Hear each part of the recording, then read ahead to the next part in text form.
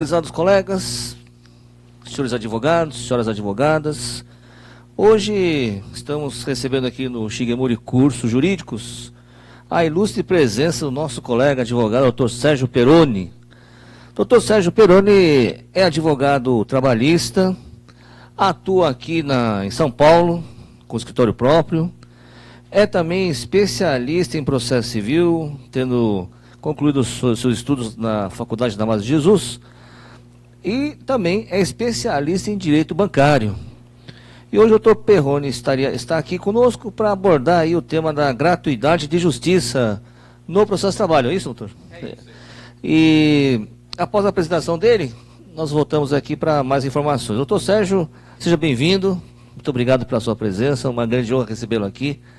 É realmente uma alegria muito grande receber os colegas aqui da nossa humilde casa para tratar de um assunto tão atual, tão importante, que é a gratuidade, que está trazendo aí muita preocupação aos colegas advogados, porque pela Lei 13.467, de 2017, o reclamante, né, teve aí alterações nos seus direitos trabalhistas, e mesmo com gratuidade, a previsão é de que o reclamante poderá eventualmente pagar custas processuais, pagar honorário de perito, e também a verba de sucumbência para a reclamada, caso não venha a ter sucesso na sua demanda.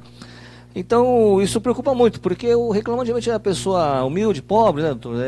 Desempregada, tentando receber o que não lhe foi pago, e por algum motivo acaba não conseguindo, ainda arca com o ônus, tem que pagar mais uma despesa. Isso é uma coisa assim, a meu ver, inimaginável, né? Cobrar um valor do desempregado que tentou receber o que entendia por direito por seu trabalho. Mas, enfim, nós temos que acatar a legislação e estudar as minúcias pormenores para poder atuar de forma adequada no processo trabalhista. Doutor Sérgio Peroni, eu vou lhe passar a palavra. O senhor fica à vontade para fazer suas considerações. Obrigado. Primeiramente, queria agradecer aqui o Dr. Gerson Shigemori, né? Há muito pouco tempo atrás eu estava sentado ali daquele lado, aprendendo e compartilhando aqui todo o conhecimento, né, do Dr. Gerson, e hoje estou aproveitando essa oportunidade aqui para comentar um pouquinho sobre a gratuidade da justiça. Bom, como nós sabemos, uma alteração na legislação que passou a vigorar a partir do dia 11 de novembro de 2017, trouxe algumas alterações nessa questão da gratuidade da justiça. Então, nós vamos começar falando, para situar, né, o nosso estudo, vamos começar falando como era. Então, até o dia 10 de novembro de 2017, o artigo 790, parágrafo 3º, ele tinha uma previsão em relação à gratuidade da justiça que foi alterada. Então, até o dia 10, basicamente o que era necessário era que o reclamante fizesse uma declaração de hipossuficiência, e isso era praticamente o requisito obrigatório para se obter a gratuidade da justiça. Acontece que o parágrafo 3º do artigo 790 sofreu essa alteração, e veio um limite objetivo nessa questão. Foi estipulado pelo legislador que, para a pessoa alcançar a gratuidade da justiça, ela não pode ter rendimentos superiores a 40% do teto da Previdência. O teto da Previdência em torno de R$ 5.500, 40% em torno de R$ 2.200. Então, num primeiro momento, numa leitura mais rasa, nós entendemos que aquele que ganha acima de R$ 2.200, aproximadamente, perdeu a gratuidade da justiça. Mas não é bem assim. No próprio parágrafo 4º desse mesmo artigo, abre a possibilidade do juiz estar avaliando a hipossuficiência. Então, temos aí já um entendimento um pouquinho diferente do que está no terceiro. Eu vou ler só para poder entrar no detalhe. O benefício da justiça gratuita será concedido à parte que comprovar insuficiência de recursos para o pagamento das custas do processo.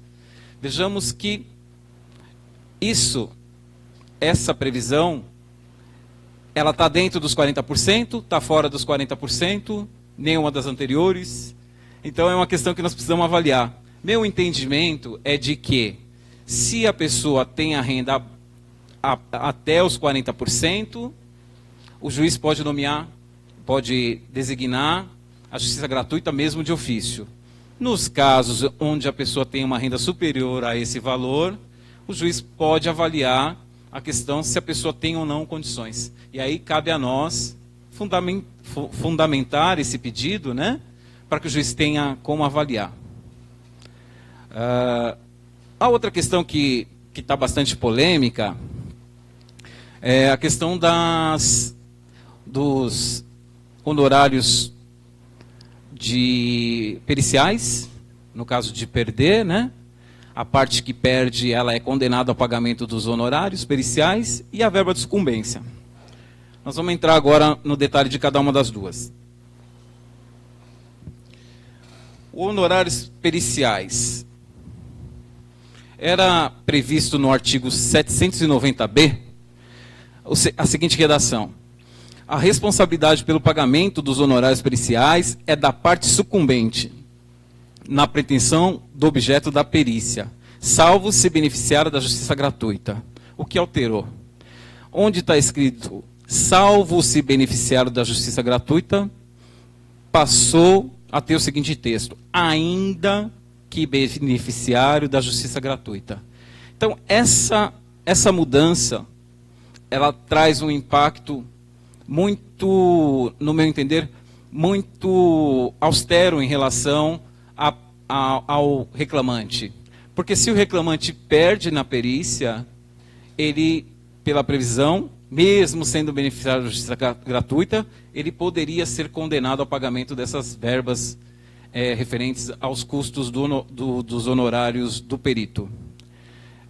Esse artigo, no meu entender, e de muitos colegas, ele fere o artigo 5º da Constituição, nos incisos 35 e no inciso 74. Esses incisos, eles são referentes à questão do Estado fornecer a justiça gratuita a quem precisa e ao acesso à justiça. Nós sabemos que um dos motivos da entrada em vigor dessa legislação tem a ver com o volume de processos veiculado diariamente, que o Brasil é recordista em processos trabalhistas, enfim. E, num primeiro momento, dá a impressão de que essa legislação, essa mudança toda, visou diminuir o número de ações trabalhistas.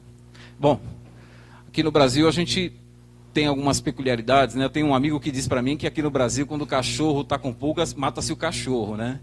Na verdade, a gente percebe que os fins, os objetivos da reforma, eles parecem assim um pouco complicados, porque a reforma trabalhista, no nosso entender, deveria ser no intuito de melhorar a legislação, atualizar, né? Mas, enfim, o que está por trás me parece que é realmente isso, causar uma barreira indireta, né? Uma barreira indireta de acesso à justiça. Bom, junto com essa questão dos honorários periciais, nós vamos tocar na alteração do artigo 791-A, que fala da condenação em verbas de sucumbência.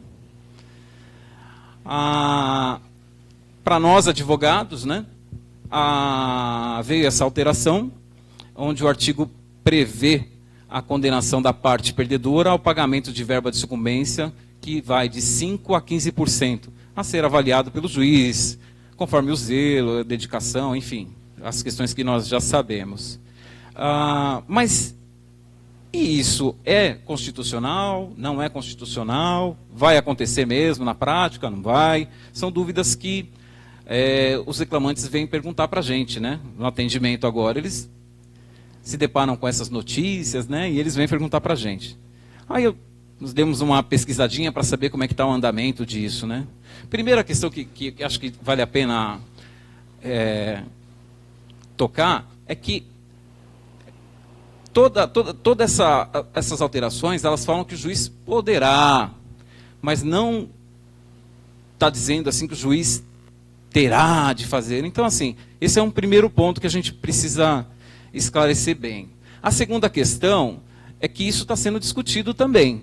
Todos esses artigos que nós mencionamos aqui, eles estão fazendo parte de uma ação direta de inconstitucionalidade. É a DIN, acho que é 5766 o número dela. São abordados esses artigos justamente com o fundamento de que isso está dificultando o acesso à justiça e que ele está ferindo a previsão constitucional. Um outro ponto que eu acho relevante de falar é que mesmo que o cliente reclamante, se ele for condenado ao pagamento dessas verbas, nós podemos recorrer, e um fundamento que é importantíssimo, que eu acredito que seja bastante relevante para ser utilizado, é a previsão contida no artigo 100, parágrafo 1º da Constituição Federal, que reconhece a natureza alimentar do salário. Então, esse artigo ele dá bastante respaldo para a gente, um fundamento bastante forte, junto com os outros da Constituição que nós já comentamos aqui, e tudo isso serve para reforçar o nosso esforço de fazer uma peça bem feita, com bons fundamentos, para poder defender o nosso cliente em relação a essas questões alteradas aí sobre a gratuidade da justiça. Muito obrigado, e Dr. Gerson vai dar uma palavrinha com vocês. Muito obrigado, doutor Sérgio Perrone. Realmente é muito interessante esse tema, porque ninguém quer pagar, todos querem receber, né, doutor Sérgio? Essa é a verdade. O reclamante só quer receber, não quer pagar nada, e a reclamada não quer pagar nada. Então, surge aí uma situação bastante interessante. Com relação a essa gratuidade aí, eu particularmente acho que diminuiu um pouquinho os processos trabalhistas, porque ainda é uma coisa nova, né, recente, e os advogados estão estudando a situação, se precavendo, vendo qual é a melhor saída. Mas eu entendo que daqui a pouco isso não vai ser motivo para impedir o acesso à justiça daquele empregado que não recebeu seus direitos trabalhistas, né? Realmente diminuiu bastante as distribuições, em torno de 70% houve uma diminuição, distribui-se hoje em torno de 30% do que era distribuído em novembro, antes da reforma, mas eu creio que daqui a pouco a justiça vai se posicionar, e a advocacia também, e voltaremos aí a buscar realmente o direito de quem não recebeu, não é verdade? Só acho que prejudicou muito essa reforma em relação a novos processos trabalhistas pelo reclamante? Olha, doutor, algumas pessoas, elas vêm com dúvidas, né? Principalmente aqueles que estão trabalhando. Aqueles que estão trabalhando, que têm uma renda um pouco mais alta, às vezes eles vêm com um pouco de insegurança, porque viu veicular na internet, ou recebeu alguma notícia de alguém que foi condenado e tal.